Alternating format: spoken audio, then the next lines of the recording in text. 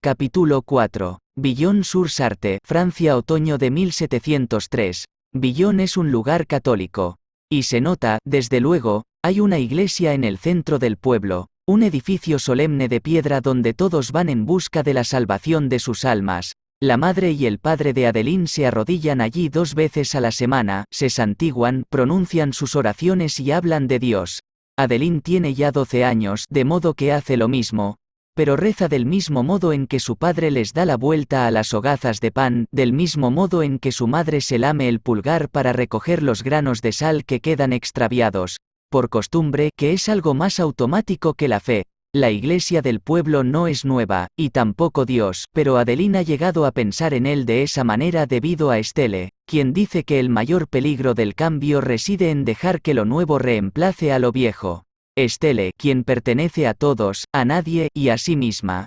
Estelle, quien creció como un árbol en el corazón del pueblo junto al río, y que sin duda nunca ha sido joven, quien brotó de la propia tierra con las manos callosas, la piel rugosa y las raíces lo bastante profundas como para acceder a su propio pozo oculto. Estelle, quien cree que Dios es un ornamento exquisito. Considera que pertenece a las ciudades y a los reyes, que él descansa sobre París en un almohadón de oro, y que no tiene tiempo para los campesinos, ni lugar entre la madera, la piedra y el agua de los ríos. El padre de Adeline piensa que Estelle está loca. Su madre asegura que el destino de la anciana no es otro que el infierno, y una vez, cuando Adeline repitió esas palabras, Estelle se rió con su característica carcajada, muy parecida al ruido de las hojas secas al pisarlas, y le contestó que tal lugar no existía, que solo la esperaba el suelo frío y oscuro y la promesa del sueño. ¿Y qué pasa con el cielo?, preguntó Adeline. El cielo es un lugar agradable a la sombra, un amplio árbol que cobije mis huesos. A los 12 años, Adeline se pregunta a qué Dios debería rezar ahora para conseguir que su padre cambie de opinión. Ha cargado el carro de mercancías con destino a Le Mans y le ha puesto los arreos a Máxime, pero por primera vez en 6 años, ella no lo acompaña. Ha prometido traerle un diario nuevo y más herramientas para dibujar. Pero ambos saben que ella preferiría acompañarlo y quedarse sin regalos, preferiría ver el mundo exterior antes que tener otro cuaderno para dibujar. Se le están agotando los temas, ha memorizado ya las desgastadas líneas del pueblo y los rostros familiares que lo habitan. Pero este año, su madre ha decidido que no está bien que vaya al mercado, no es apropiado, aunque Adeline sabe que todavía cabe en el asiento de madera junto a su padre. A su madre le gustaría que se pareciera más a Isabel Therault, quien es dulce, amable y carece de toda curiosidad, pues se contenta con mantener los ojos en sus labores de costura en lugar de contemplar las nubes, en lugar de preguntarse qué esconde cada esquina, qué hay más allá de las colinas. Pero Adeline no sabe cómo comportarse como Isabel. No quiere ser como Isabel.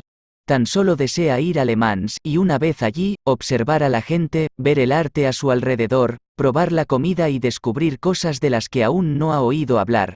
Por favor, ruega, mientras su padre se sube al carro. Debería haberse escondido bajo la lona, entre las piezas de madera. Pero ahora es demasiado tarde, y cuando Adeline alarga la mano hacia la rueda, su madre la agarra de la muñeca y tira de ella. Ya basta, dice. Su padre las observa y luego desvía la mirada. El carro se pone en marcha, y cuando Adeline trata de liberarse y correr tras él, su madre vuelve a levantar la mano, pero esta vez su palma aterriza en su mejilla.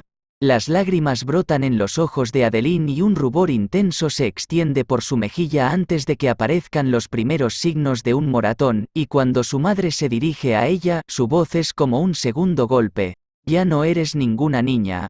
Y Adeline comprende, y aún así no lo comprende en absoluto, que la están castigando por el mero hecho de crecer. Está tan enfadada que quiere salir corriendo. Quiere lanzar los bordados de su madre al fuego y destrozar todas las esculturas a medio construir del taller de su padre. En cambio, observa cómo el carro tuerce la curva y desaparece entre los árboles mientras agarra con una mano el anillo de su padre. Adeline espera a que su madre la suelte y la mande a hacer sus labores. Y entonces se va a buscar a Estelle. Estelle, quien todavía venera a los dioses antiguos. Adeline debía de tener 5 o 6 años la primera vez que vio a la mujer arrojar su copa de piedra al río. Era un objeto precioso con un estampado a los lados como si se tratara de encaje, y la anciana lo había dejado caer sin más, mientras contemplaba la salpicadura del agua. Tenía los ojos cerrados, y movía los labios, y cuando Adeline interceptó a la anciana, ya en aquel entonces era vieja, siempre lo había sido, de camino a casa, Estelle le contó que estaba rezando a los dioses. ¿Por qué? Porque parece que el hijo que Marie lleva en el vientre tiene dificultades, contestó ella. Les he pedido a los dioses del río que dejen que todo fluya sin problemas. Esa es su especialidad. ¿Pero por qué les has entregado tu copa? Porque, Adi, los dioses son codiciosos. Adi. Un apodo cariñoso que su madre desdeñaba porque le parecía infantil. Un nombre que su padre prefería, pero solo cuando estaban a solas. Un nombre que en su interior resonaba como una campana. Un nombre que le quedaba mucho mejor que Adeline. Ahora, encuentra a Estelle en su jardín, encorvada entre las vides salvajes de calabaza, igual que el tallo espinoso de un arbusto de zarzamora, tan inclinada como una rama combada. Adi. La anciana pronuncia su nombre sin siquiera mirarla. Es otoño y la tierra está plagada de huesos de frutas que no maduraron como es debido. Adi los empuja con la punta de su zapato. ¿Cómo hablas con ellos? Le pregunta. Me refiero a los dioses antiguos. ¿Los llamas por su nombre? Estelle se incorpora, y sus huesos crujen como ramitas secas. Si la pregunta la sorprende, no deja que se note. No tienen nombre. ¿Hay algún hechizo? Estelle le dirige una mirada punzante. Los hechizos son para las brujas, y, a menudo, a las brujas se las quema. ¿Cómo les rezas? Con obsequios y alabanzas, e incluso así, los dioses antiguos son volubles. No están obligados a responder. ¿Y entonces qué haces? Sigo adelante. La niña se muerde el interior de la mejilla. ¿Cuántos dioses hay, Estelle? Tantos como preguntas tienes, responde la anciana, pero no hay desdén en su voz, y Adi sabe que debe esperar y contener la respiración hasta que Estelle muestre signos de estar ablandándose. Es como esperar frente a la puerta de un vecino después de llamar cuando sabes que está en casa. Puedes oír los pasos, el chirrido suave de la cerradura, y sabes que cederá. Estelle suspira y cede. Los dioses antiguos están por todas partes, le cuenta, nadan en el río, crecen en el campo y cantan en los bosques. Se encuentran en la luz del sol que baña el trigo, en la tierra de los brotes nuevos y en las viñas que crecen en esa iglesia de piedra. Se congregan en los confines del día, al amanecer y al atardecer. Adeline entorna los ojos. ¿Me enseñarás a llamarlos? La anciana suspira, sabe que Adeline Larue no solo es inteligente, sino también cabezota. Atraviesa el jardín en dirección a la casa, y la niña la sigue, temerosa de que Estelle llegue a la puerta antes de haber contestado y se la cierre en las narices, dando por finalizada la conversación. Pero Estelle echa la vista atrás, y sus ojos agudos contrastan con su arrugado rostro. Hay reglas. Adeline detesta las reglas, pero sabe que en ocasiones son necesarias. ¿Cuáles? Debes mostrarte humilde ante ellos, debes ofrecerles un obsequio, algo que sea valioso para ti, y debes tener cuidado con lo que deseas. Adeline medita las palabras durante un momento. Eso es todo. El rostro de Estelle se oscurece. Tal vez los dioses antiguos sean grandes, pero no son ni bondadosos ni misericordiosos. Son volubles, inestables como la luz de la luna reflejada en el agua, o las sombras de una tormenta. Si insistes en llamarlos, presta atención, ten cuidado con lo que deseas y accede a pagar el precio. Se inclina, proyectando su sombra sobre Adeline, y por muy desesperada o grave que sea la situación, nunca reces a los dioses que responden tras caer la noche. 2 días después, el padre de Adeline regresa con un cuaderno nuevo hecho con hojas de pergamino y un puñado de lápices negros de plomo atados con una cuerda, y lo primero que hace Adi es escoger el mejor, hundirlo en la tierra que está detrás de su jardín, y rezar para poder acompañar a su padre la próxima vez que se vaya. Pero si los dioses oyen sus plegarias, no contestan, y ella no vuelve a ir al mercado nunca más. Capítulo 5. Billon-sur-Sarthe, Francia, primavera de 1707. En un abrir y cerrar de ojos, los años se deslizan como el agua de un arroyo. Adeline ha cumplido ya los 16, y todos hablan de ella como si fuera una flor de verano, algo que pueden arrancar de la tierra y meter en un jarrón, como si solamente estuviera destinada a florecer y a pudrirse. Igual que Isabel, quien sueña con una familia en lugar de la libertad, y parece satisfecha con florecer durante un breve instante y después marchitarse. No, Adeline ha decidido que prefiere ser un árbol, igual que Estelle.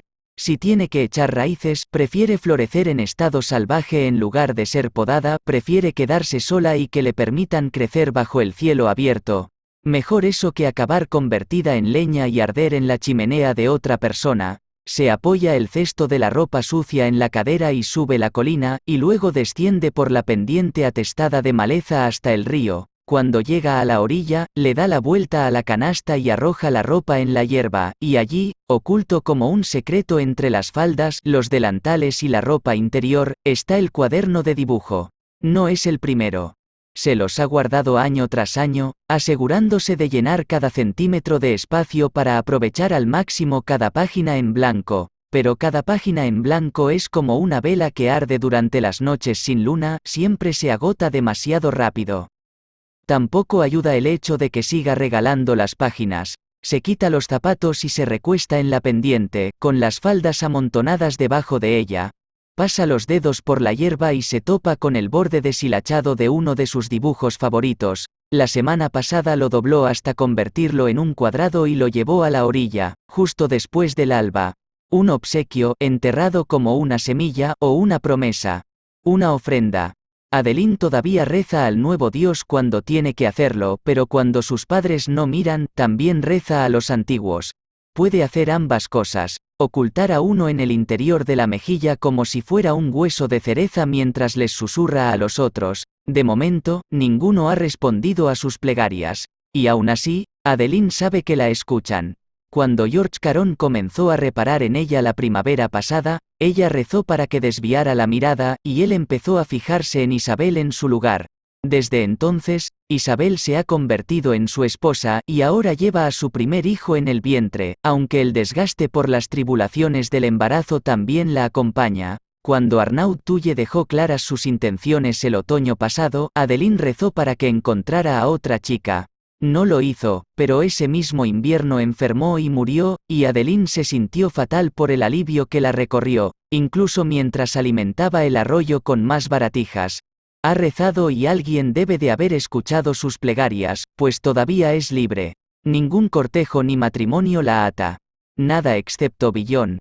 Es libre para crecer y soñar. Adeline se sienta en la ladera, con el cuaderno apoyado en las rodillas. Se saca la bolsa con cierre de cordón del bolsillo y algunos trozos de carbón y lápices gastados resuenan en su interior al igual que las monedas en un día de mercado. Antes ataba un trozo de tela alrededor de los lápices para no mancharse los dedos, hasta que su padre colocó unas bandas estrechas de madera alrededor de los ennegrecidos palos y le enseñó cómo sostener el pequeño cuchillo, cómo raspar los bordes y recortar la carcasa para sacar punta. Y ahora sus dibujos son más nítidos, con los bordes perfilados y los detalles más finos. Las imágenes florecen como manchas en el papel. Dibuja paisajes de Villon y retratos de todos los demás. Las líneas del cabello de su madre, los ojos de su padre, las manos de Estelle, y allí, oculto en las costuras y los bordes de cada página, el secreto de Adeline. Su desconocido. Llena cada trozo de espacio vacío con él, y ha dibujado tantas veces su rostro que ya realiza los gestos sin esfuerzo, y los trazos se despliegan por sí solos. Es capaz de conjurarlo de memoria, a pesar de que no se han conocido. Pues es, después de todo, un producto de su imaginación. Un compañero que ha creado, primero, para combatir el aburrimiento y luego debido al anhelo. Un sueño que le hace compañía. No recuerda cuándo empezó a imaginárselo, solo sabe que un día echó un vistazo alrededor del pueblo y descubrió que ninguno de sus posibles pretendientes cumplía con sus expectativas. Los ojos de Arnaud eran amables, pero su rostro carecía de mentón. Jacques era alto, pero tan aburrido como una piedra. George tenía mucha fuerza, pero sus manos eran rudas, y su temperamento, aún lo era más, de modo que reunió las partes que le agradaban y creó a alguien nuevo, un desconocido. Comenzó como un juego, pero cuanto más lo dibuja, más fuertes son los trazos, y ella más segura presiona el carbón sobre el papel. Rizos negros, ojos pálidos, mandíbula fuerte, hombros caídos y una boca sensual. Un hombre que no conocería jamás, una vida que nunca viviría, un mundo con el que solo podría soñar. Cuando está nerviosa regresa a los dibujos y vuelve a trazar las ya conocidas líneas, y cuando no puede dormir, piensa en él.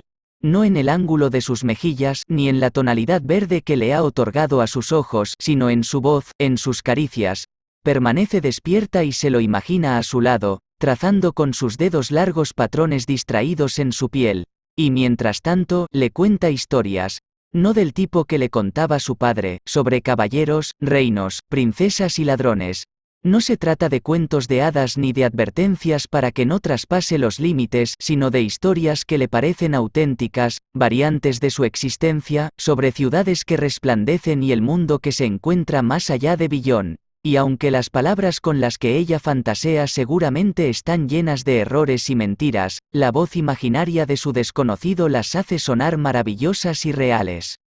Si pudieras verlo, le dice él. Daría cualquier cosa, contesta ella. Algún día, le promete él. Algún día te lo enseñaré. Te lo mostraré todo.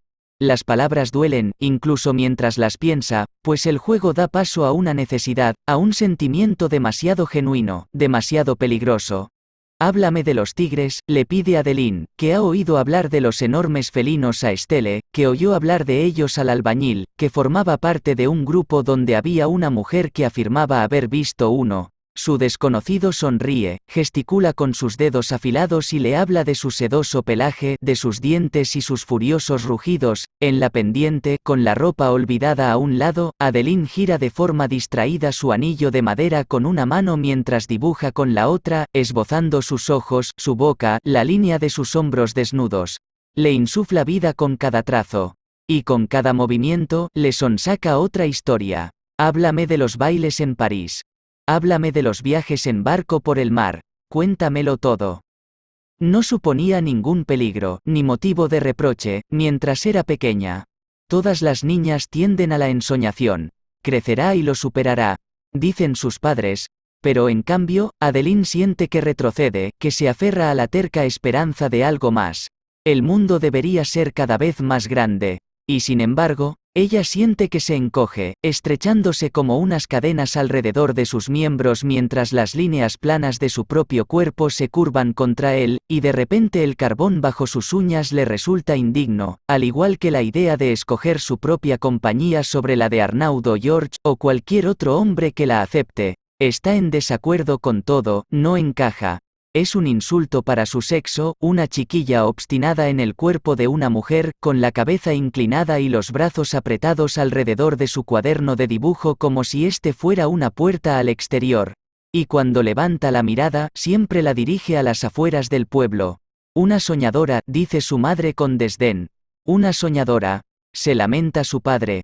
Una soñadora, advierte Estelle. Aún así, no parece una palabra tan horrible. Hasta que Adeline se despierta.